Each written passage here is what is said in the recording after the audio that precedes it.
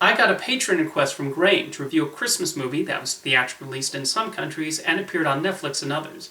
It's A Boy Called Christmas, and basically serves as an origin story for the holiday and Santa Claus. The film was directed by Gil Kenan, who made Monster House and was recently a co-writer on Ghostbusters Afterlife. So what did I think of this movie? I thought it was okay. The film did take a while to find its footing, but in the end I found it to be harmless Christmas fantasy fluff. There's quite a lot going on here as we follow this young boy's journey to an elf village. I will admit that during the first two-thirds I had trouble getting invested in the story.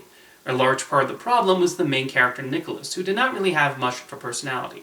He's your standard young fantasy protagonist, and I felt there wasn't a whole lot to him.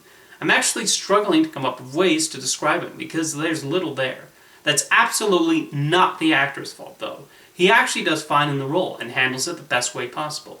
He is joined by Mouse Companion, who is well animated by the visual effects team, and he eventually gets a voice courtesy of Stephen Merchant. Merchant provides the spark that is missing through most of the movie, and the parts I laughed at came courtesy of him. As for the rest of the cast, Kristen Wiig shows up as a cruel aunt. I usually really like Wiig whenever I see her in something, but I felt she was completely miscast here. I kept wondering if Joanna Lumley was unavailable. Meanwhile, you have Sally Hawkins show up as an elf dictator. This is far removed from the sorts of roles Hawkins usually plays, as she typically takes on kind and nurturing characters. In A Boy Called Christmas, she's given the opportunity to play a more villainous part, and she's clearly having a ball of a time. Nicholas also teams up with a pixie who has a quirk where she can only speak the truth. From the minute she's introduced, this pixie is constantly yapping, and it gets annoying really quickly. It's not the fault of the actress, who previously played the lead role in Scary Stories to Tell in the Dark, but rather the material she's required to say and the direction she was given. From a visual standpoint, A Boy Called Christmas is pleasing to look at. The film does not stray too far from the usual Christmas movie aesthetic, but that's fine. The production design is nicely done, and the various locations, including Finland and the Czech Republic, are beautifully photographed. Whenever we launch into a chase scene, Gil Kenan makes sure the camera is always on the move. As I said, I had trouble getting into the story for a good amount of the runtime. The whimsy is a little too much, even for a movie like this. However, I do like where the film goes in the third act.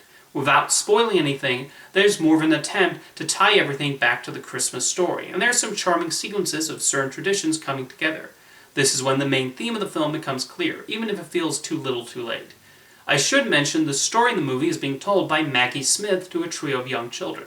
It's definitely going for that Princess Bride approach, and Smith is a good choice for a storyteller. However, it does start to feel repetitive. Every time we cut back to them, it's the exact same routine of her wanting to stop telling it, and the children begging her to continue, or thinking that's where the story ends. I feel those scenes could have been cut out, and you wouldn't miss a whole lot. Overall, despite its numerous flaws, A Boy Called Christmas is a notable attempt at telling a holiday fable. If you love Christmas movies, a lot of the hallmarks are there, and it's certainly a lavish production.